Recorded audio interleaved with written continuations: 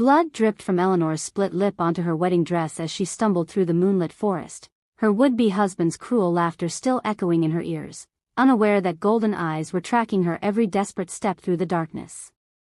The white silk of her gown caught on thorns and brambles, tearing with each desperate stride. Eleanor Whitmore pressed her hand to her bleeding mouth and pushed forward through the Montana wilderness, her chest heaving with panic and exhaustion.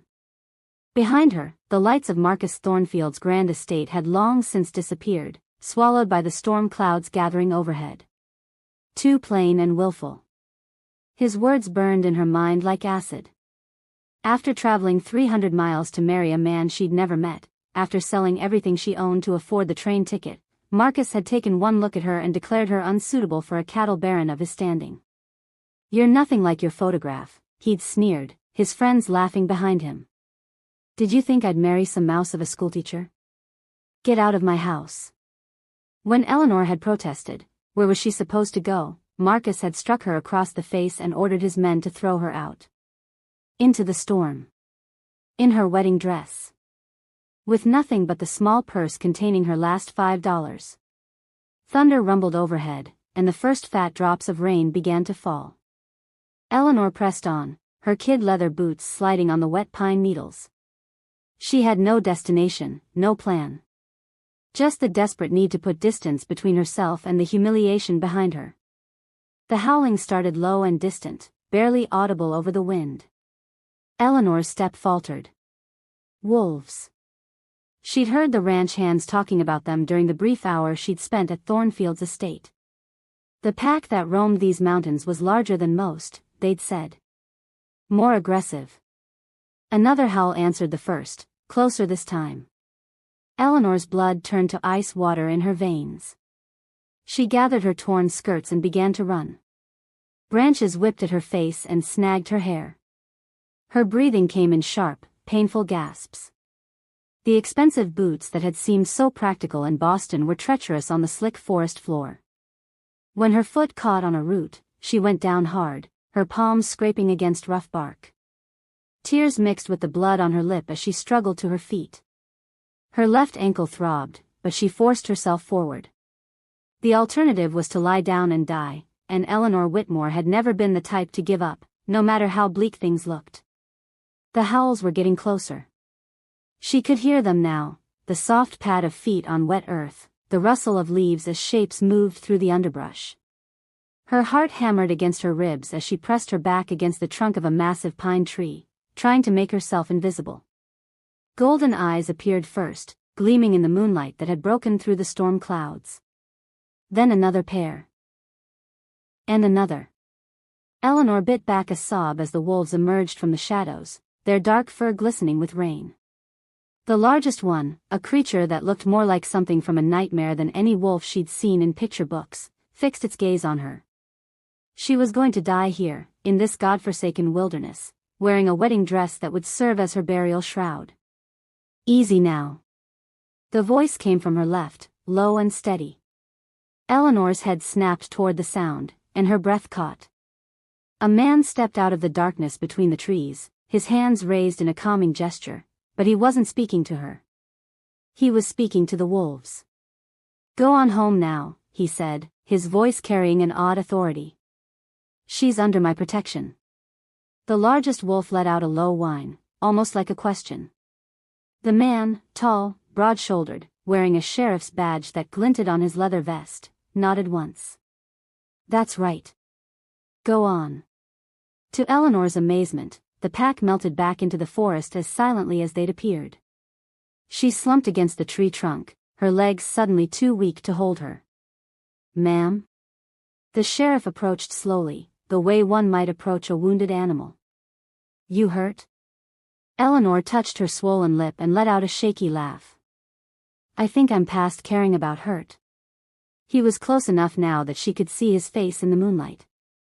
Strong jaw, high cheekbones, eyes that seemed to catch and hold the silver light. Those eyes weren't quite the right color, too amber, too bright. Like the wolves that had just obeyed his command. "I'm Sheriff James Blackwood," he said, shrugging out of his long coat. "And you look like you've had quite a night." "Eleanor Whitmore." She accepted the coat gratefully, pulling it around her shoulders. It smelled like pine needles and something else, something wild and warm. Though I suppose that name doesn't mean much anymore. James tilted his head, and Eleanor had the strangest feeling that he could hear something she couldn't.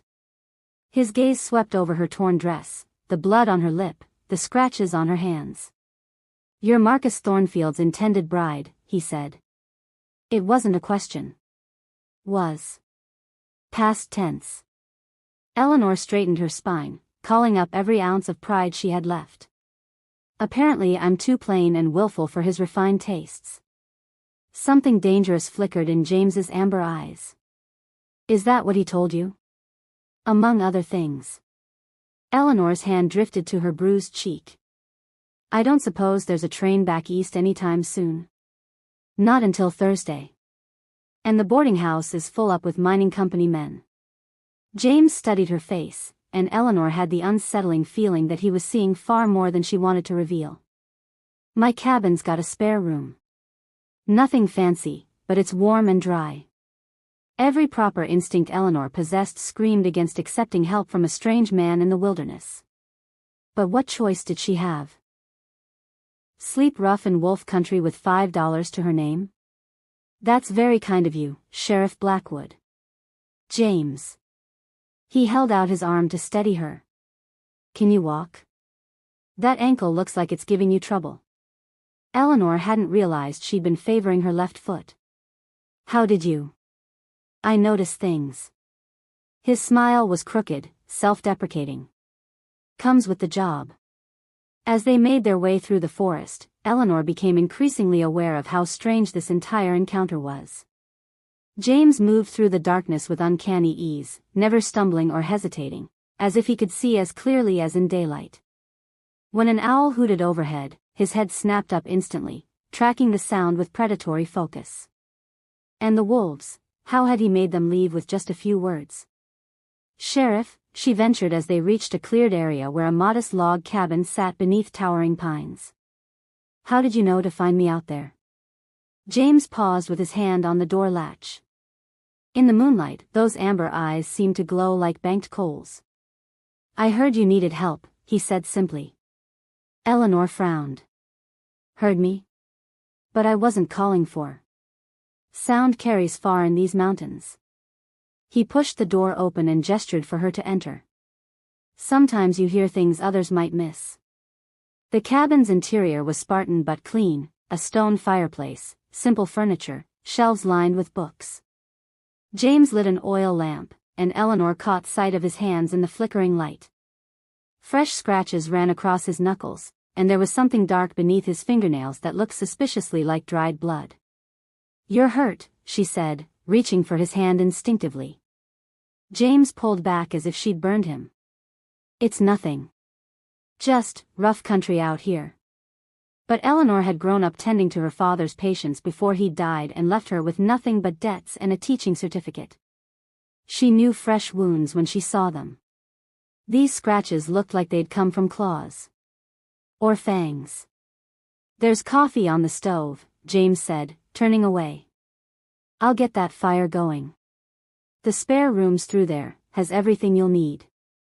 As he knelt by the hearth, Eleanor watched the play of muscles beneath his shirt, the careful way he moved, like a man accustomed to containing great strength. When he struck the match, his profile was sharp and wild in the sudden flare of light. "James," she said softly. He paused. "Why did those wolves listen to you?" He went very still, the match burning down toward his fingers. "Wolves are smart animals. They know when to back down." "That's not what I mean, and you know it." The match burned out, plunging them into darkness again. When James lit another, his face was carefully blank. "You've had a long night, Eleanor. Get some rest. Things will look clearer in the morning." But as Eleanor made her way to the spare room, she couldn't shake the feeling that James Blackwood was hiding something dangerous. Something that explained his strange eyes, his uncanny hearing, and the way the forest seemed to bend to his will. Outside, a wolf howled in the distance, and Eleanor could have sworn she heard James answer, not with words, but with a sound too low for human ears. She closed the door and leaned against it, her heart racing. Whatever secrets James Blackwood harbored, she was now completely at the mercy of a man who commanded wolves and moved through darkness like he owned it. And the most terrifying part?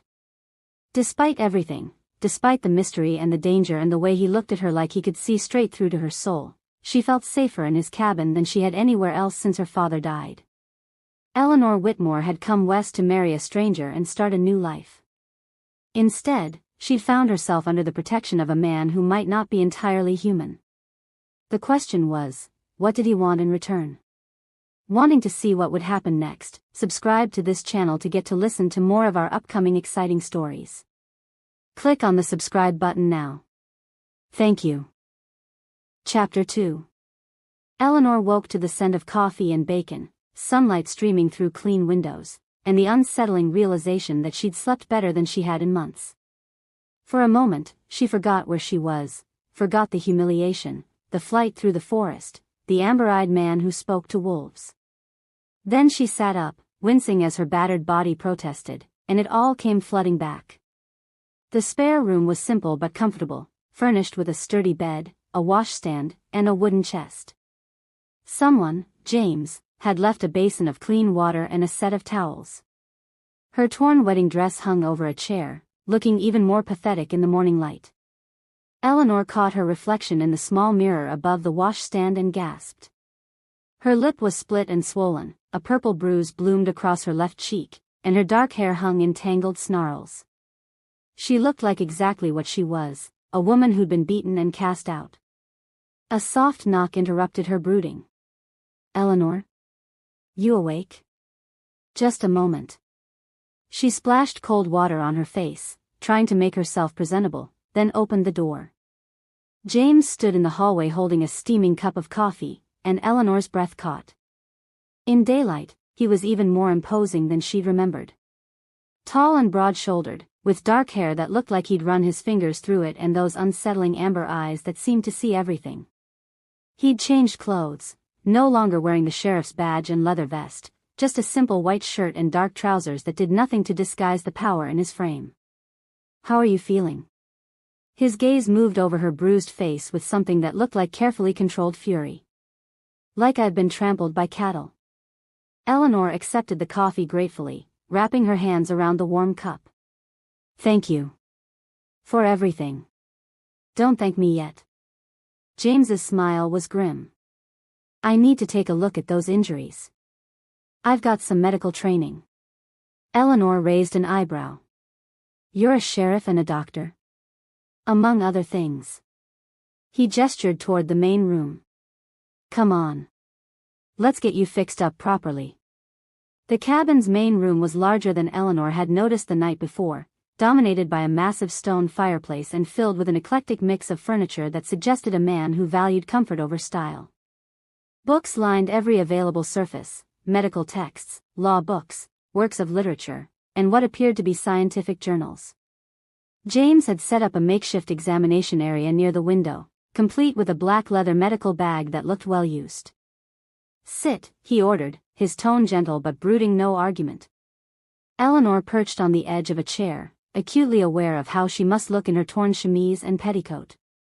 "Where exactly did you get medical training?" "Army." James opened the bag and began laying out supplies with practiced efficiency. "Served as a field surgeon during the Indian Wars. You pick up skills quickly when men are dying in your hands." There was something in his voice, a darkness that spoke of terrible experiences. Eleanor found herself studying his profile as he prepared a bowl of clean water. The scratches on his knuckles looked even worse in daylight, deep and angry. "What happened to your hands?" she asked. James paused, his shoulders tightening almost imperceptibly. "Rough night in the woods." "Hold still." His touch was impossibly gentle as he cleaned the cut on her lip, his fingers steady and sure.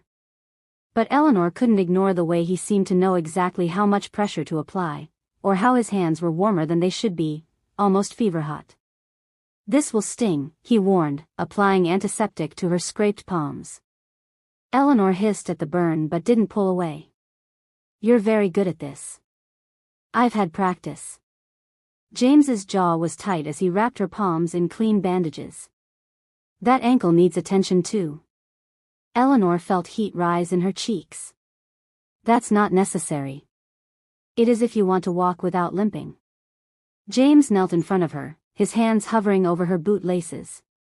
May I? The intimacy of the gesture, a man kneeling before her, preparing to remove her shoes, sent an unexpected shiver through Eleanor. She nodded, not trusting her voice. James unlaced her boots with the same careful efficiency he'd shown with her other injuries. When he eased off the left boot, Eleanor couldn't suppress a whimper. Her ankle was swollen and discolored, clearly sprained. It's not broken, James said, his hands moving over her ankle with professional detachment. But you'll need to stay off it for a few days. His touch sent warmth racing up her leg, and Eleanor had to grip the chair arms to steady herself. There was something almost mesmerizing about the way his fingers moved, gentle but sure, as if he knew exactly how to take away pain. There. James secured a bandage around her ankle and sat back on his heels. That should help. For a moment, their eyes met and held. Eleanor felt something electric pass between them, recognition, attraction, danger. Then James looked away, busying himself with repacking his medical supplies. I'll need to go into town today, he said without looking at her. Sheriff's business. You should rest. I can't impose on you indefinitely. Eleanor struggled to put her boot back on. Perhaps I could find work in Silver Creek. No. James's voice was sharp, almost harsh. You can't go into town. Not yet. Eleanor froze. Why not? James was quiet for a long moment, tension radiating from his frame. Marcus Thornfield has a big mouth and a lot of influence. By now, half the territory has heard his version of what happened last night. His version? That you're a shameless woman who threw yourself at him, then ran off into the night when he rejected your advances. James's amber eyes blazed with anger. That you're mentally unstable, possibly dangerous. Eleanor felt the blood drain from her face. He wouldn't. He would, and he has. I'm sorry, Eleanor, but until this dies down, you're safer here. The full weight of her situation crashed over Eleanor like a physical blow. She was trapped, unable to return east, unwelcome in Silver Creek, dependent on a man she barely knew. A man who spoke to wolves and moved through darkness like a predator. How long? She whispered. I don't know. But you're welcome to stay as long as you need to. There was something in his tone, a note of possessiveness that should have frightened her. Instead, Eleanor found it oddly comforting. Whatever James Blackwood was hiding, he seemed genuinely committed to protecting her. I'll earn my keep, she said firmly. I can cook, clean, mend. You'll rest, James interrupted. Doctor's orders. He left an hour later, riding out on a massive black stallion that pranced and snorted like it was barely contained wildness. Eleanor watched from the window until he disappeared into the trees, then settled down to explore her temporary prison. The cabin revealed more mysteries the longer she stayed. The books were an eclectic mix, but many dealt with subjects that seemed odd for a frontier sheriff: advanced medical texts, scientific journals about animal behavior, even a few volumes on folklore and mythology. One book, left open on a side table, was about the legends of various Native American tribes. Eleanor limped over to examine it, her bandaged ankle protesting. The open page discussed shapeshifters, beings who could take the form of animals. Wolves, bears, eagles. She shivered and closed the book quickly. On the mantelpiece sat a daguerreotype of a woman with James's dark hair and amber eyes. His mother, perhaps, or a sister. There was something wild about her smile, something that reminded Eleanor uncomfortably of the wolves from the night before. Most puzzling of all was a door at the far end of the cabin that appeared to be locked. Eleanor tried the handle experimentally. It didn't budge. She could hear no sounds from within, but there was a strange smell seeping from beneath the door. Metallic. Almost like blood, she whispered, jerking her hand back from the handle. The rational part of her mind insisted she was imagining things, that the events of the last day had left her nerves shattered. But the smell was unmistakable. Eleanor had grown up in a doctor's household. She knew the scent of blood. She spent the rest of the morning trying to distract herself with domestic tasks. She swept the cabin, washed the dishes, and attempted to mend her ruined wedding dress. But her eyes kept drifting back to that locked door, and the questions multiplied in her mind. What was James hiding? Why did he disappear for hours at a time? And what had made those deep scratches on his hands? By afternoon, restlessness had driven Eleanor nearly mad. Her ankle felt better, and despite James's orders to rest, she decided to venture outside for some fresh air. The clearing around the cabin was larger than she'd realized, surrounded by towering pines that blocked out most of the sky. A small garden plot showed evidence of recent tending, and a well-maintained woodpile suggested James was a man who planned ahead. Eleanor was examining the garden when she spotted them, massive paw prints in the soft earth near the cabin's foundation. They were larger than any wolf tracks she'd ever seen, almost the size of dinner plates. The claws had left deep gouges in the dirt. Her heart began to race as she followed the tracks around the cabin's perimeter. They led from the forest to the front door, then back into the woods. As if something had approached the cabin in the night, then retreated. Or as if something had left the cabin and returned. Eleanor backed away from the tracks, her breath coming in short gasps. She thought of James's strange behavior, his uncanny ability to see in the dark, the way he'd commanded the wolves. The locked room. The smell of blood. A branch snapped in the forest, and Eleanor spun toward the sound. For a moment, she thought she saw a shape moving between the trees, something large and dark that didn't move like a man. Then James emerged from the woods, leading his horse, and Eleanor's knees nearly buckled with relief. "You're supposed to be resting," he said, but his tone was gentle, almost amused. "I needed air." Eleanor struggled to keep her voice steady. "How was your trip to town?" Something flickered in James's eyes. "Productive. Come on, let's get you inside. You look pale." As they walked back to the cabin, Eleanor noticed that James's boots were muddy, his shirt torn in several places. There were fresh scratches on his forearms, and pine needles in his dark hair. "Rough day?" she asked. "You could say that." James's smile was tight. "Some fool got himself lost in the woods. Took most of the afternoon to track him down." Eleanor nodded, but doubt gnawed at her. James looked more like a man who'd been in a fight than someone who'd spent the day searching for a lost traveler. That evening, James prepared dinner with the same quiet efficiency he brought to everything else. He was an excellent cook, Eleanor discovered, producing a meal of venison steaks, fresh bread, and vegetables from his garden. But she noticed he ate his meat nearly raw, blood still seeping from the center. "Tell me about Silver Creek," she said, trying to distract herself from the sight. "What kind of town is it?" James was quiet for a moment, chewing thoughtfully. "Small. Mostly mining families, a few ranchers like Thornfield. It's rough country, people tend to keep to themselves." "Have you been sheriff long?" 3 years. James's gaze grew distant. "I came here after the war, looking for a place where a man could disappear if he wanted to." "And did you? Disappear?" Their eyes met across the small table, and Eleanor felt that electric connection again, stronger this time, almost overwhelming. James leaned forward slightly, his amber eyes intense. "I thought I had," he said quietly. "Until last night." Eleanor's breath caught. There was something in his voice, in the way he was looking at her, that made her pulse race. But before she could respond, a howl echoed from the forest, long, mournful, and unmistakably wild. James went rigid, his head turning toward the sound with predatory alertness. For just a moment, Eleanor could have sworn she saw his eyes flash with an inner light.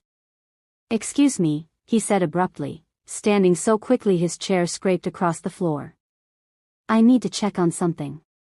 He was out the door before Eleanor could protest, leaving her alone with the dying fire and the echo of that haunting howl. She waited for nearly an hour, but James didn't return. Finally, exhaustion drove her to bed. But sleep was elusive, broken by strange dreams and the sound of something large moving around the cabin's exterior. Once, she could have sworn she heard voices, James's voice, low and urgent, speaking to someone or something in a language she didn't recognize. When she woke the next morning, James was back, preparing breakfast as if nothing had happened. But there were fresh cuts on his face, and his clothes were muddy and torn. "Good morning," Eleanor said carefully. "Everything all right?" "Fine." James didn't meet her eyes. "Just a pack of wolves getting too close to the cabin. Had to encourage them to move on." Eleanor accepted the explanation, but suspicion continued to grow in her mind. That afternoon, while James was out checking his traps, she decided to walk into Silver Creek herself. Her ankle was much better, and she needed supplies and answers. The 3-mile walk took her longer than expected, but eventually she reached the small cluster of buildings that comprised Silver Creek. It wasn't much to look at: a general store, a saloon, a few houses scattered along a muddy main street. But the moment Eleanor entered the general store, she knew James had been right about Thornfield's influence. Conversations died when she walked in. The store owner, a thin man with nervous eyes, looked like he wanted to refuse her service. The other customers, mostly women, stared at her with a mixture of curiosity and disgust. "You're her," one of them said finally. "The woman who threw herself at Marcus Thornfield." Eleanor lifted her chin. "I'm Eleanor Whitmore. And I did no such thing." "That's not what we heard," another woman sniffed. "Running half-naked through the forest, they say. Probably took up with that sheriff of ours." "James Blackwood is a perfect gentleman," Eleanor said firmly. The women exchanged knowing looks. "Is he now?" the first woman said. "Strange, then, how young ladies keep disappearing whenever he's around." Eleanor's blood chilled. "What do you mean?" "3 girls in the past 6 months, the store owner said reluctantly. All pretty, all young. Last seen talking to the sheriff, then they just vanish." "He's not what he seems," one of the women whispered. "My husband says there's something wrong about him. The way he moves, the way animals act around him. And those eyes." Eleanor backed toward the door, her heart pounding. "You're talking nonsense." "Are we?" The store owner leaned forward. "You might want to ask yourself why a man like that is so interested in protecting you. What he wants in return." Eleanor fled the store without buying anything, their words echoing in her mind. 3 missing girls. James with his mysterious absences, his strange behavior, his locked room that smelled of blood. She was halfway back to the cabin when a horse drew up beside her. Eleanor looked up to see a young man in a deputy's badge, his face grim. "Miss Whitmore? I'm Deputy Tom Hayes. I need to talk to you." Eleanor stopped walking. "About what?" "About the man you're staying with." Tom dismounted and fell into step beside her. "James Blackwood isn't what he seems, ma'am. You need to get away from him before it's too late. Everyone keeps saying that." "What do you mean?" Tom glanced around nervously, as if expecting James to appear from the forest. "There have been incidents. Girls disappearing. Livestock killed in ways that don't make sense. And James is always around when it happens. That's his job, isn't it? To investigate crimes? Is it?" Tom's voice dropped. "Then why does he always show up before anyone reports the incidents? Like he knew they were going to happen?" Eleanor felt cold dread settling in her stomach. "What are you suggesting?" "I'm not suggesting anything, ma'am. I'm telling you straight out, Sheriff Blackwood is dangerous. More dangerous than you can imagine." Tom caught her arm. "Come with me now. I'll take you somewhere safe." Eleanor looked at the young deputy's earnest face, then back toward the forest where James's cabin waited. Everything she'd learned today painted a picture of a man with terrible secrets, possibly a killer. The rational thing would be to leave with Tom, to get as far away from James Blackwood as possible. But she remembered the gentleness in his hands as he tended her wounds, the way he'd risked himself to save her from the wolves, the protective fury in his eyes when he spoke of Thornfield's lies. Whatever James was hiding, Eleanor couldn't believe he meant her harm. "Thank you for the warning," she said finally. "But I think I can take care of myself." Tom's face fell. "Miss Whitmore, please." "Good day, Deputy Hayes." Eleanor walked away, leaving the deputy staring after her with worried eyes. But as she made her way back through the forest, doubt continued to plague her.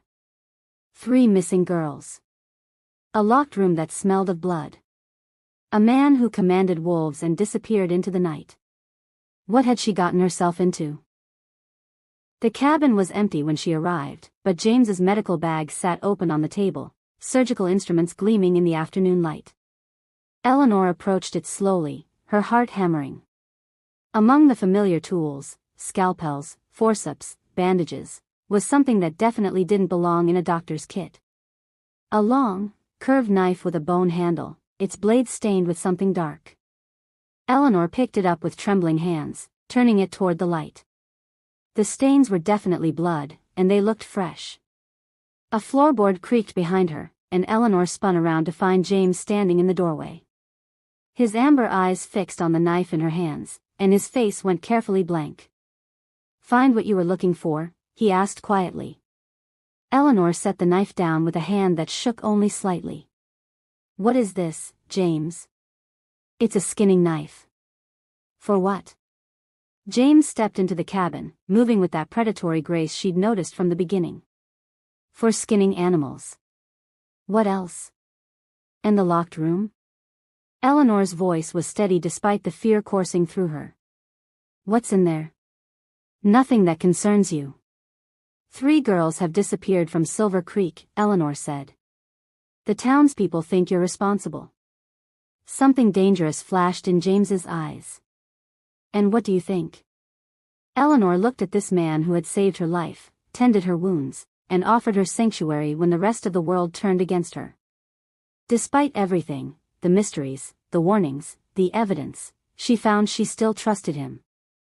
"I think," she said slowly, "that you're not telling me the truth. But I don't think you're a killer." James was quiet for a long moment, studying her face. Then he walked to the locked door and withdrew a key from his pocket. "You want to know what's in here?" he asked. "Fine. But once you see, there's no going back. You'll know what I am, and there'll be no unknowing it." Eleanor's mouth went dry, but she nodded. James unlocked the door and pushed it open. The room beyond was small and windowless, lit by a single oil lamp. The walls were lined with shelves containing glass jars filled with what looked like herbs and other unidentifiable substances. But it was the center of the room that made Eleanor's breath catch. Shredded clothing was scattered across the floor, a woman's dress, torn to ribbons. A man's shirt, stained with blood. And everywhere, the metallic scent of violence hung heavy in the air. On a wooden table in the corner lay fresh bandages, clearly used, stained with blood and something else Eleanor couldn't identify. Medical instruments were arranged nearby, but these looked more like tools of torture than healing. "Dear God," Eleanor whispered. "What is this place?" James stepped into the room behind her, his presence suddenly overwhelming in the small space. "It's where I try to stay human," he said quietly. Eleanor turned to face him, her heart pounding so hard she was sure he could hear it. "James, what are you?" His amber eyes met hers, and in their depths Eleanor saw not madness or cruelty, but a pain so profound it took her breath away. "I think you already know," he said. "If you're still listening to this story up to this point, why don't you subscribe to this channel to continue getting impactful daily stories like this? We would be most grateful if you can do that to help boost this video to reach everyone. Thank you." Chapter 3. A scream tore through the forest, high, desperate, and unmistakably human, shattering the tense moment between Eleanor and James like glass. James went rigid, his head snapping toward the sound with inhuman speed. The amber in his eyes flared to molten gold, and Eleanor could swear she saw his canine teeth lengthen. "No," he breathed. "Not again." Another scream echoed through the trees, weaker this time, fading into silence that felt like death itself. James, what? Stay here. His voice had changed, becoming rougher, more guttural. Lock the door. Don't come out no matter what you hear. I'm not going anywhere until you tell me what's happening. Eleanor planted herself in front of the cabin door, her chin raised defiantly despite the terror coursing through her veins. Those screams, the missing girls, this room full of blood, I deserve the truth. James closed his eyes, his hands clenching into fists at his sides. When he opened them again, Eleanor saw something wild and desperate looking back at her. The truth? His laugh was bitter, almost a growl. The truth is that I'm exactly what those people in town think I am. A monster. I don't believe that. You should. James stepped closer, and Eleanor caught that wild scent she'd noticed before, pine and earth and something purely male. I'm a werewolf, Eleanor. A shapeshifter. The thing mothers tell their children about to keep them from wandering into the woods. The words hung between them like a physical force. Eleanor should have run screaming. Should have fainted dead away like a proper lady. Instead, she found herself studying James's face, the sharp cheekbones, the amber eyes that seemed to glow with their own light, the way he held himself like a predator barely contained. Show me, she said quietly. James stared at her as if she'd lost her mind. What? If you're telling the truth, show me. Eleanor's voice grew stronger. Transform. Eleanor, you don't understand. I understand that someone is out there killing women. I understand that you claim to be a werewolf. And I understand that you're asking me to trust you with my life. She crossed her arms. So show me what you are. James was quiet for a long moment, conflict warring across his features. Then his shoulders sagged in defeat. It's not the full moon, he said softly. Most people think that's the only time we can change, but that's not true. Strong emotions can trigger it too. Fear. Rage. His eyes found hers. Desire. Eleanor's breath caught at the heat in his gaze, but she didn't back down. Show me. James closed his eyes and took a deep breath. Eleanor watched, fascinated despite her terror, as his body began to change. His muscles rippled and expanded beneath his shirt. His fingers lengthened, nails becoming claws. His face elongated slightly, cheekbones sharpening, teeth becoming fangs. But it was his eyes that truly transformed him. They blazed with golden fire, wild and beautiful and completely inhuman. My God, Eleanor whispered. The partial transformation lasted only moments before James forced himself back to human form, breathing hard from the effort. Now do you understand why you need to run from me? No. Eleanor reached out, her fingers brushing the scratches on his knuckles with infinite gentleness. Now I understand why you were trying to protect me. James flinched at her touch. Eleanor. Those scratches on your hands. You got them fighting something, didn't you? Something with claws and fangs like yours. There's another werewolf, James admitted reluctantly. Someone who's been hunting the women of Silver Creek. I've been trying to track him, but he's clever. He knows how to cover his scent, how to hide his trail.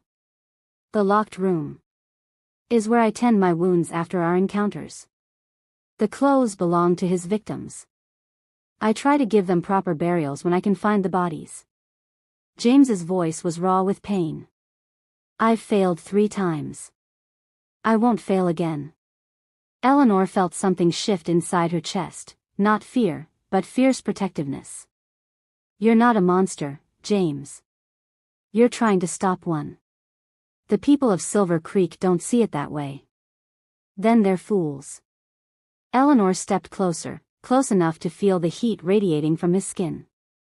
You saved my life. You've been hunting a killer while everyone blamed you for the crimes. You're a hero, not a monster. James cupped her face in his hands, his touch achingly gentle. You don't know what it's like. The hunger, the violence that lives inside me. Sometimes I can barely control it. But you do control it. That's what makes you a man, not a beast. For a moment, Eleanor thought he might kiss her. The air between them crackled with tension, and she found herself leaning into his touch. Then hoofbeats thundered in the distance, growing closer by the second. James dropped his hands and spun toward the window. Riders. At least 6 of them. Who would? Eleanor. The shout came from outside the cabin, familiar and unwelcome. Eleanor, I know you're in there. Eleanor's blood turned to ice. Marcus. James moved to the window and peered out, his body tense as a coiled spring. He's got a posse with him. All armed. What does he want? You, apparently. James turned back to her, his amber eyes grim. He's claiming you've been bewitched. Demanding I hand you over. I won't go with him. Eleanor's voice was fierce. I'd rather take my chances with you. Eleanor. Marcus's voice boomed again. Come out here, girl. That devil has poisoned your mind against me. James strapped on his gun belt and checked his weapons. Stay behind me. No matter what happens, don't let him take you. They stepped out onto the porch together, Eleanor's hand resting on James's back for support. Marcus Thornfield sat his horse in the center of the clearing, flanked by 5 armed men Eleanor recognized from town. In daylight, the cattle baron looked even more imposing than he had on their wedding night, tall and broad-shouldered, with steel-gray hair and cold blue eyes. But it was the scratches on his neck that caught Eleanor's attention. Fresh wounds, barely healed, that looked remarkably like claw marks.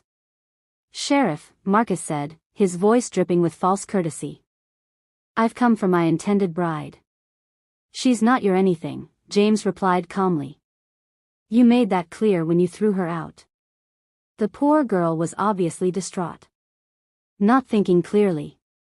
Marcus's smile was all teeth. I'm prepared to forgive her momentary madness and honor our engagement. And I'm prepared to shoot you if you don't get off my land, James said pleasantly. The men behind Marcus shifted nervously, hands moving to their weapons. But Eleanor only had eyes for the scratches on Marcus's neck. They were the right size, the right depth. The kind of wounds a werewolf might inflict while fighting for its life. You can't keep her here against her will, one of Marcus's men called out. It ain't legal. I'm not being kept anywhere, Eleanor said, stepping forward. I'm here by choice. Marcus's cold gaze fixed on her, and Eleanor saw something predatory flicker in those blue depths. You don't know what you're saying, my dear. This man has bewitched you somehow. Made you forget your place. My place? Eleanor's temper flared. My place is wherever I choose it to be. And I choose not to be with a man who strikes defenseless women. Defenseless? Marcus laughed, but there was no humor in it. You're hardly defenseless, Eleanor. In fact, I'm beginning to think you're quite dangerous. The way he said the word made Eleanor's skin crawl. There was something knowing in his tone, as if he understood exactly what kind of danger she represented. Or what kind of danger surrounded her. The only danger here is you, James said quietly, his hand resting on his gun. I suggest you leave. Now. Marcus's eyes flicked to James, and Eleanor caught a flash of something that looked almost like recognition. Fear, perhaps. Or respect for a worthy opponent. This isn't over, Sheriff, Marcus said finally. Eleanor belongs with her own kind. Not with, whatever you are. He wheeled his horse around and rode off, his men following. But Eleanor noticed that several of them kept looking back, as if expecting an attack. He knows, Eleanor said quietly once they were alone. Knows what? What you are. And I think. Eleanor touched her throat, remembering those fresh scratches on Marcus's neck. I think he might be what you've been hunting. James went very still. What makes you say that?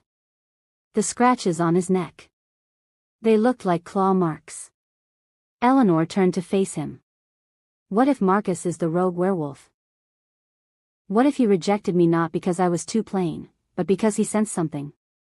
A connection to you? That's impossible. I would have sensed another werewolf. Would you? You said he was clever, good at hiding his scent. Eleanor's mind was racing now, pieces of the puzzle falling into place. Think about it, James. What better cover for a predator than to be the most powerful man in the territory? Who would suspect Marcus Thornfield of being a monster? James was quiet for a long moment, his amber eyes distant. He did seem to know more than he should have. And the way he looked at you. He cursed softly. If you're right, then you're in more danger than I thought. Why? Because now he knows where to find you. And he knows exactly what you mean to me. The possessive way James said those words sent heat spiraling through Eleanor's chest. But before she could respond, another scream echoed from the forest, closer this time, and filled with terror. He's hunting again, James said, his voice going rough with rage. And he's doing it to draw me out. Then we stop him. Eleanor's voice was steady despite the fear coursing through her. Tonight. James stared at her as if she'd lost her mind. Eleanor, you can't be serious. I won't hide here while he kills another innocent woman. Eleanor's eyes blazed with determination. You need bait to draw him out? You have it. I'm what he really wants. Absolutely not. It's the only way, James. We both know it. Eleanor reached for his hands, holding them tightly. Use me to lure him out. Then end this. James pulled her close, his arms wrapping around her with desperate strength. I can't lose you, he whispered against her hair. Not now.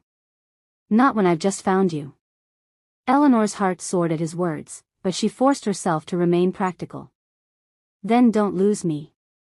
Hunt him. Kill him. End this nightmare. Another scream split the night air, and James's body went rigid against hers. When he pulled back, his eyes were already beginning to glow with that inner fire. All right, he said quietly. But we do this my way. And if anything goes wrong, anything at all, you run. Promise me. Eleanor looked into his amber eyes and saw her future written there, dangerous, uncertain, but more alive than anything she'd ever imagined. I promise, she lied. If you're still listening to this story up to this point, why don't you subscribe to this channel to continue getting impactful daily stories like this? We would be most grateful if you can do that to help boost this video to reach everyone. Thank you. Chapter 4. The full moon hung like a silver coin in the star-drunk sky, casting everything in sharp relief. The pine needles that crunched beneath Eleanor's boots, the pale gleam of James's eyes as he tracked their quarry through the wilderness, the blood that stained the ground where another woman had been dragged from the forest path. Eleanor tried to control her breathing as they followed the trail deeper into the mountains. Every shadow could hide death, every rustle in the undergrowth could signal attack. But beside her, James moved with predatory grace, his enhanced senses reading signs she couldn't even see. The trail leads toward Thornfield's property, he said quietly, his voice rough with barely contained fury. The old mine workings on the eastern border. Eleanor's stomach clenched. Those mines have been abandoned for years. No one goes up there. Perfect place to hide captives. James's amber eyes caught the moonlight as he turned to her. Eleanor, it's not too late to go back. What we're walking into. I'm not leaving. Eleanor's voice was steady despite the terror clawing at her chest. That could be me he's dragging through the woods. It should have been me. Don't. James caught her arm, his touch burning even through her sleeve. Don't think like that. Marcus chose his victims deliberately, young women who wouldn't be missed quickly. Travelers passing through, girls from poor families who might be assumed to have run off. But he wanted me too. You said so yourself. James's jaw tightened. He wanted to hurt me. You were just the weapon he chose. They pressed on in tense silence, following the blood trail through increasingly rough terrain. Eleanor's ankle ached where she'd twisted it in her flight from Marcus's estate, but she gritted her teeth and kept pace with James. She wouldn't slow him down. Couldn't, when another woman's life hung in the balance. As they climbed higher into the mountains, Eleanor began to hear something that made her blood run cold, voices, echoing off the canyon walls. Male voices, rough with excitement and something else. Something hungry. How many? She whispered. James tilted his head, his enhanced hearing catching nuances she couldn't detect. At least 4, maybe 5. Plus Marcus. His expression darkened. They're not trying to be quiet. They want us to find them. A trap. Definitely. James checked his weapons, his service revolver, a rifle, and that bone-handled knife Eleanor had found among his medical supplies. Eleanor, please. Go back to the cabin. This is what I trained for, what I do. And leave you to face a pack of werewolves alone? Eleanor's laugh was brittle. I don't think so. You can't fight them. You're human. So were you, once. Eleanor met his gaze steadily. Whatever happens up there, we face it together. James stared at her for a long moment, conflict warring across his features. Then he nodded grimly and handed her a small silver-bladed knife. Stay behind me, he ordered. And if I tell you to run, I'll consider it. They climbed the final ridge to the old mine entrance, moving carefully through the scattered debris of abandoned equipment. The voices were clearer now, and Eleanor could make out individual words that made her stomach turn. They were discussing their captives like cuts of meat, debating which one would be most tender. James signaled for silence and crept to the edge of the mine opening. Eleanor followed, her heart hammering so hard she was sure the werewolves would hear it. The mine shaft opened into a large cavern, illuminated by torches that cast dancing shadows on the rock walls. And there, in the center of the space, were 3 young women bound to wooden posts. They were alive but terrified, whimpering behind gags as 5 men in rough mining clothes circled them like vultures. But it was the 6th figure that made Eleanor's breath catch in her throat. Marcus Thornfield stood in the center of the cavern, no longer the refined cattle baron but something wild and terrible. His clothes were torn, his face partially transformed, elongated canines, golden eyes, fingernails that had become claws. Around him, his men showed similar signs of partial transformation. Welcome, Sheriff, Marcus called out without turning around. I was wondering when you'd arrive.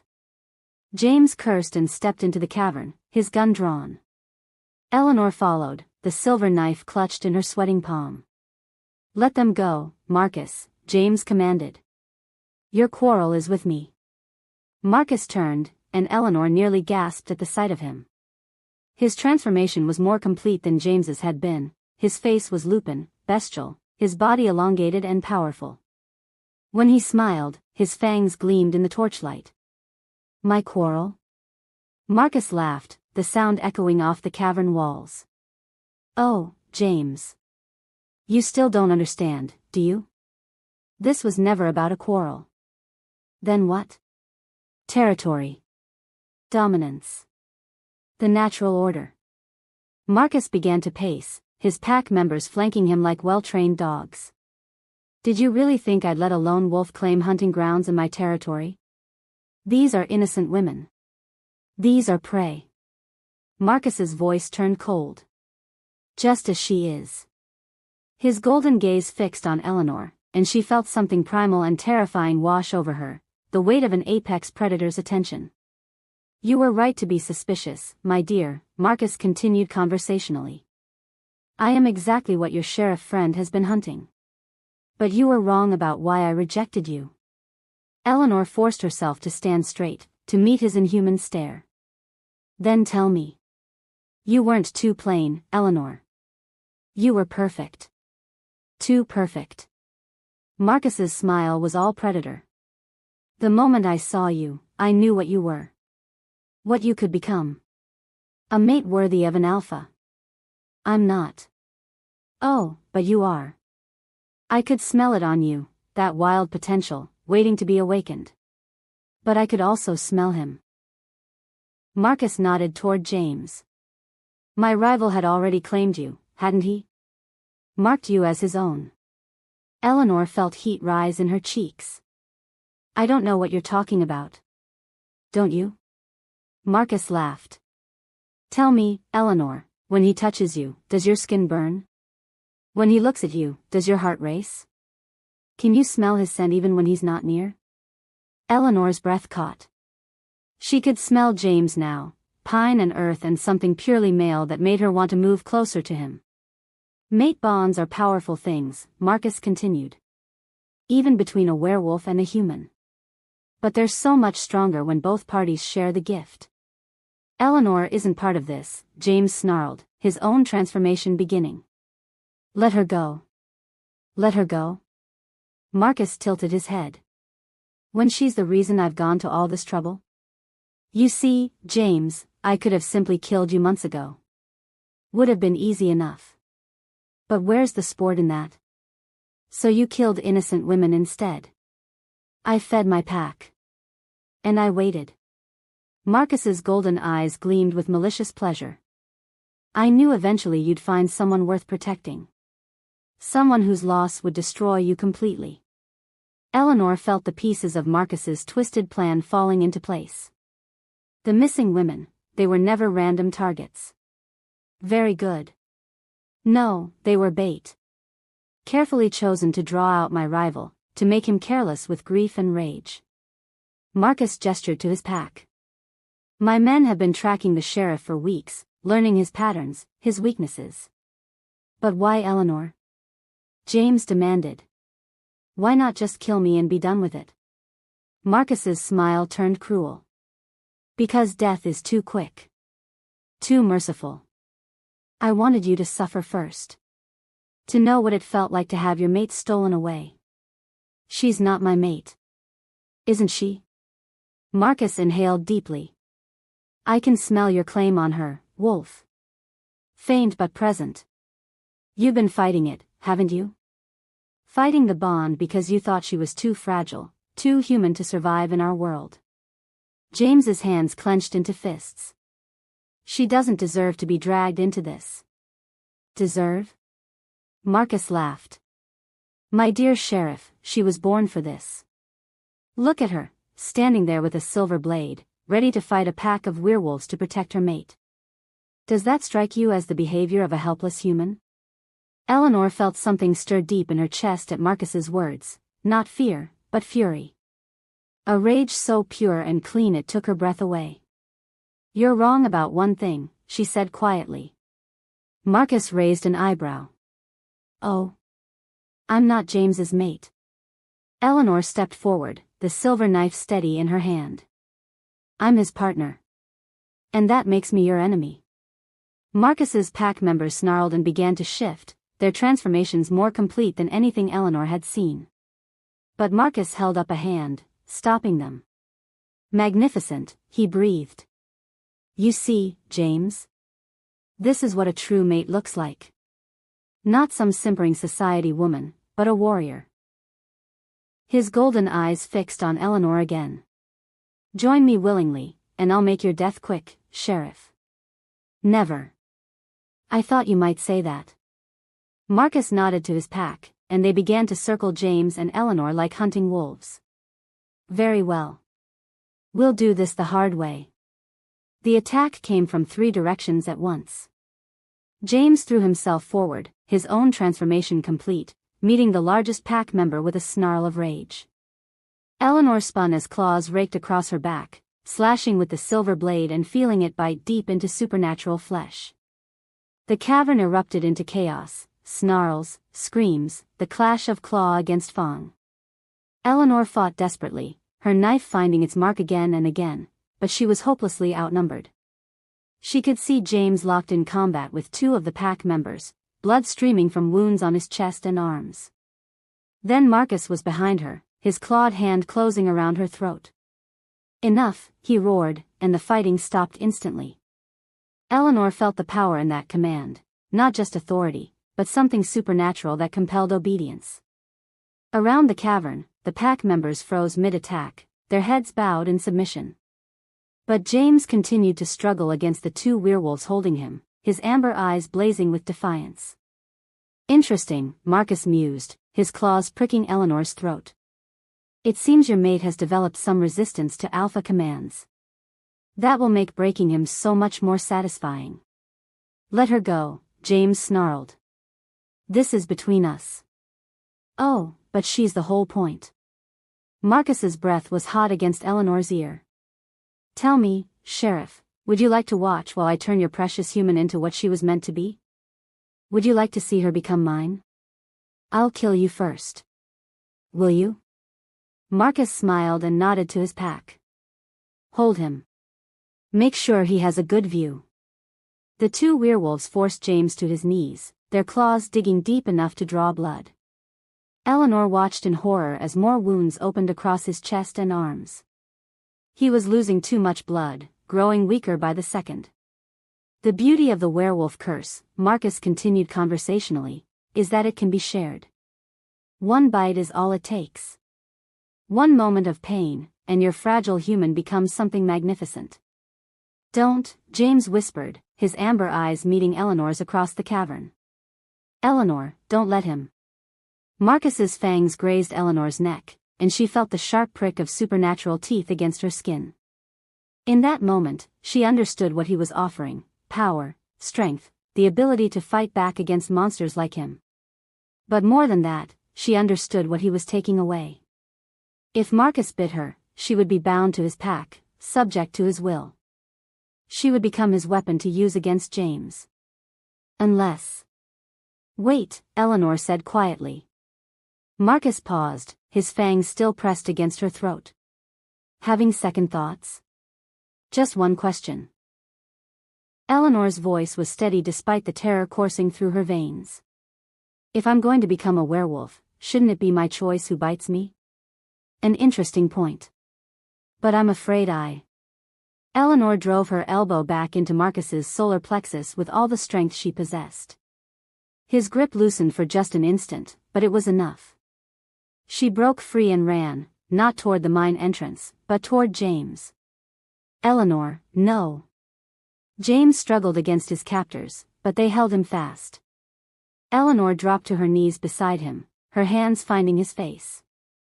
I choose you, she whispered. I choose us. You don't understand what you're asking. I understand perfectly. Eleanor's eyes blazed with determination. I understand that I love you. That I'd rather be a monster at your side than human without you. James stared at her, conflict and desperate love warring in his amber eyes. The curse, once it's done, there's no going back. You'll be tied to the moon, to the hunt, to violence. I'll be tied to you. Eleanor leaned closer, her lips brushing his ear. Do it, James. Before he stops us. Behind them, Marcus roared with fury. Kill them both.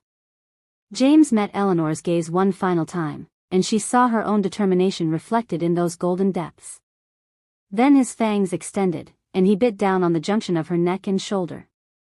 Pain exploded through Eleanor's body, not just physical, but something deeper, as if her very DNA was being rewritten.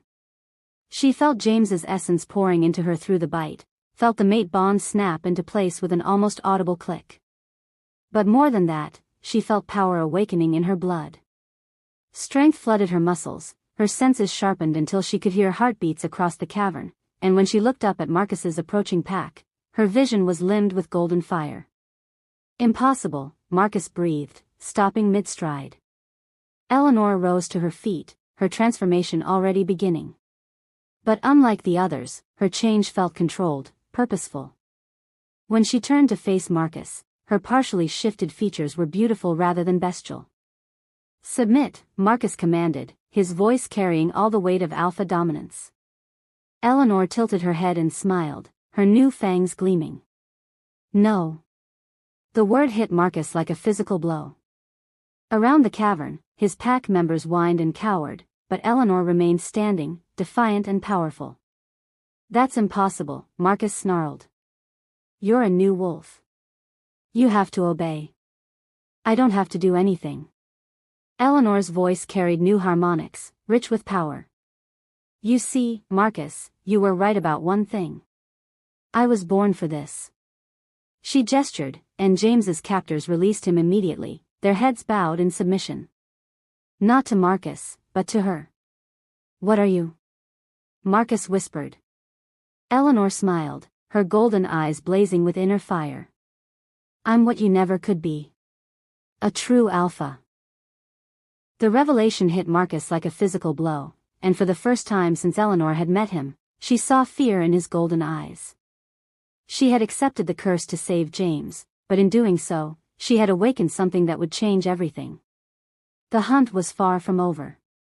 If you're still listening to this story up to this point, why don't you subscribe to this channel to continue getting impactful daily stories like this? We would be most grateful if you can do that to help boost this video to reach everyone. Thank you. Chapter 5. Power coursed through Eleanor's veins like liquid fire, every nerve ending alive with supernatural awareness. She could hear the terrified heartbeats of the captive women, smell the blood and fear saturating the cavern air, feel the trembling submission of Marcus's pack as they cowered before her newfound authority. But it was James she focused on, James, bleeding and wounded, struggling to stand despite the deep gashes across his chest. Their mate bond hummed between them now, a golden thread of connection that let her feel his pain as if it were her own. "This isn't possible," Marcus snarled, his confidence shaken but not broken. "You're a new wolf. Untrained, undisciplined." "You're right." Eleanor's voice carried new harmonics that seemed to resonate through the stone walls. "I am new to this. Which means I haven't learned the rules yet." She gestured toward the captive women, and Marcus's pack members immediately began cutting their bonds. They moved like sleepwalkers, compelled by a power they couldn't resist. "Stop!" Marcus roared, his alpha command echoing through the cavern. His pack froze mid-motion, caught between two conflicting authorities. Eleanor could see the pain in their eyes, the agony of being torn between instinctive obedience and something deeper. "You don't have to obey him," Eleanor said quietly, her words somehow carrying more weight than Marcus's shouted commands. "You have a choice." One of the pack members, a young man with kind eyes who looked barely old enough to shave, completed cutting through a captive woman's bonds with trembling hands. "I'm sorry," he whispered. "I never wanted, we never meant for it to go this far." Marcus backhanded him with enough force to send him flying across the cavern. "Weak. All of you are weak. This is why humans see us as monsters, because we refuse to embrace what we truly are." "What we are," Eleanor said, helping James to his feet, "is whatever we choose to be." Marcus's laugh was bitter and wild. Spoken like someone who's had the curse for all of 5 minutes. "Wait until the moon fever takes you. Wait until you wake up with blood under your fingernails and no memory of how it got there. Then I'll deal with that when it happens." Eleanor steadied James against her side, amazed by her new strength. The wounds that would have been fatal to her human self barely registered now.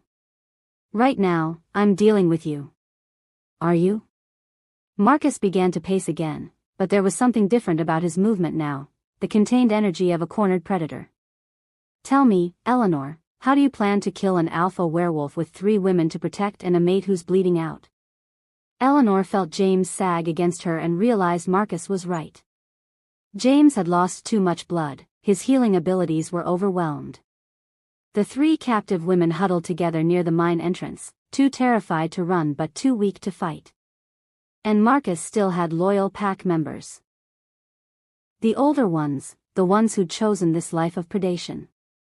"She doesn't have to kill you alone," said a voice from behind Marcus. The young pack member who'd freed the first captive stepped forward, his face set with grim determination. "I've had enough of watching innocents die." "We all have." 2 more of Marcus's pack moved to flank him, a middle-aged man with scarred hands and a woman whose eyes held deep regret. Only 3 remained loyal to their alpha, the hardest and most vicious of the group. "Traitors," Marcus spat. "All of you. When this is over." "When this is over," Eleanor interrupted, "you'll be dead." Marcus smiled, showing too many teeth. "Will I?" "You're strong, I'll give you that. Stronger than any new wolf has a right to be. But strength isn't everything in a fight." He nodded to his remaining loyalists, and they spread out to surround Eleanor and her unlikely allies.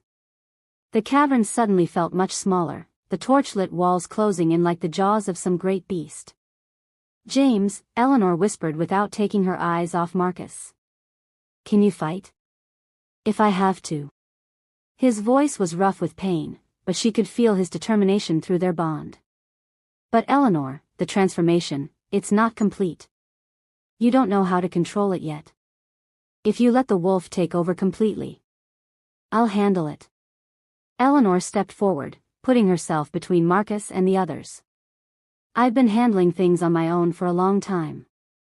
"Not anymore," James said quietly. "Whatever happens, we face it together." The first attack came without warning, one of Marcus's loyalists lunging at Eleanor with supernatural speed. But her new senses tracked his movement easily, and she sidestepped at the last second, letting him crash into the cavern wall. Then the battle truly began. The confined space worked both for and against them. Marcus's remaining pack couldn't surround them completely, but Eleanor's group couldn't retreat either. The air filled with snarls and the sound of claws on stone as werewolf fought werewolf in the flickering torchlight. Eleanor found herself moving with fluid grace she'd never possessed as a human, her partially transformed body obeying instincts she didn't know she had. When claws raked across her ribs, she barely felt the pain. When fangs snapped inches from her throat, she twisted away with inhuman speed. But it was the moral weight that threatened to crush her. The first time she killed, it was instinct, her claws finding the throat of a pack member who was about to tear out James's heart. She felt his life end beneath her hands, felt the warm spray of blood across her face, and for a moment the human part of her recoiled in horror. Then she saw James collapse, his strength finally failing, and the wolf in her roared for vengeance. The second death was easier. The third, easier still. By the time the dust settled, 3 of Marcus's loyalists lay dead, and Eleanor stood over their bodies with blood on her hands and something wild and terrible in her golden eyes. "Eleanor." James's voice seemed to come from very far away. "Eleanor, come back." She blinked, the red haze of battle fury clearing from her vision. Around her, the survivors watched with a mixture of awe and fear, the captive women, the defected pack members, even Marcus himself. "I killed them," Eleanor whispered, staring down at her bloodied claws. "You defended innocence," James said firmly. "You protected your pack." "My pack?" Eleanor looked around at the unlikely group that had rallied to her cause. "I don't even know what I am anymore." "You're what you've always been," James said, struggling to stand. "A woman who fights for what's right, regardless of the cost." Marcus laughed, the sound echoing harshly off the cavern walls. "How touching. The new alpha discovers the price of leadership." His golden eyes fixed on Eleanor with predatory intensity. "Tell me, how does it feel? The weight of those deaths on your conscience? The knowledge that you're capable of such violence?" Eleanor met his gaze steadily. "It feels like justice." "Justice?" Marcus's smile was cruel. "You sound almost human. But you're not anymore, are you? You're a predator now, just like me. The only difference is you haven't accepted it yet." "The difference is I choose who I hunt," Eleanor replied. "And right now, I choose you." She moved faster than thought, crossing the cavern in a blur of motion. But Marcus was ready for her, his own transformation complete, and they met in the center of the space with a sound like thunder. The fight was savage and brief. Marcus had experience and training, but Eleanor had something he didn't, the support of others. When his claws found her throat, James was there with a silver blade. When he tried to use his alpha command to freeze her in place, the defected pack members moved to distract him. But it was Eleanor who ended it. As dawn light began to filter through cracks in the cavern's ceiling, she found herself face to face with Marcus, both of them bloodied and exhausted. His golden eyes still held defiance, still promised violence. "You can't kill me," he panted. "I'm your alpha.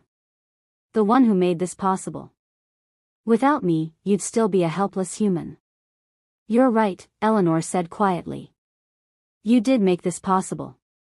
She pulled the silver knife from her boot, the one James had given her, what felt like a lifetime ago, and drove it between Marcus's ribs with surgical precision. Marcus's eyes widened in shock, then went glassy as the silver poisoned his supernatural system. "Impossible," he whispered. "The Alpha command, you should obey." "I told you before," Eleanor said as Marcus collapsed at her feet. "I don't have to do anything."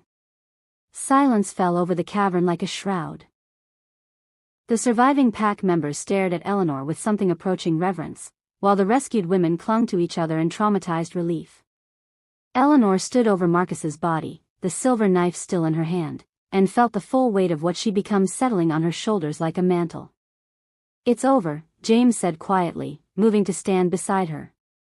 "Is it?" Eleanor looked around at the blood-soaked cavern, at the bodies of the dead, at the people looking to her for leadership. "What happens now? What do I tell the people of Silver Creek when they ask why their cattle baron is dead?" "We tell them the truth," James replied. "That a monster was preying on their daughters, and you stopped it. But I'm a monster too now." Eleanor held up her clawed hands, still stained with blood. "How long before they turn on me as well?" "They won't." The voice came from one of the rescued women, a young girl with tear-streaked cheeks and eyes full of gratitude. "You saved us. You're a hero." Eleanor wanted to protest, to explain that heroes didn't have fangs or claws or the ability to tear out throats with their bare hands. But then she looked at James, saw the pride and love shining in his amber eyes, and realized something important. She had found what she'd been searching for all her life, a place where her strength was valued rather than scorned, people who needed her protection rather than her submission. The fact that it came with supernatural abilities was just an unexpected complication. "Come on," James said, taking her bloodied hand in his. "Let's go home." As they led the survivors out of the mine and into the pale morning light, Eleanor felt something settle in her chest. Not peace, exactly, she suspected that would be a long time coming. But acceptance. She was Eleanor Whitmore, formerly of Boston. Now of Silver Creek, Montana. Teacher, fighter, and, apparently, werewolf alpha. It wasn't the life she'd planned, but then again, the best things rarely were. 3 months later, Eleanor stood at the window of the cabin she now shared with James, watching the sun set over the Montana wilderness. The townspeople of Silver Creek had eventually accepted the story of Marcus Thornfield's death, a wild animal attack, they'd been told, and in a way it was the truth. The surviving members of Marcus's pack had scattered to the winds, except for the young man who'd first defied his alpha. Tom, she'd learned his name was Tom Miller, had chosen to stay, to learn from James and Eleanor what it meant to be a protector rather than a predator. The rescued women had healed, physically if not emotionally. 2 had returned to their families in other territories. The third, Sarah, had chosen to remain in Silver Creek, working as a seamstress and keeping Eleanor's secret. "Regrets?" James asked, coming up behind her and wrapping his arms around her waist. Eleanor leaned back against his solid warmth, marveling again at how perfectly they fit together. The mate bond had only grown stronger over the months, connecting them in ways that went far beyond the physical. About becoming a werewolf? About killing Marcus? About staying here instead of trying to find my way back to civilization? Eleanor smiled. Not a single one.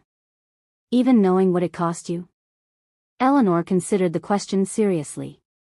She'd given up her humanity, her chance at a normal life, her dream of respectability and safety.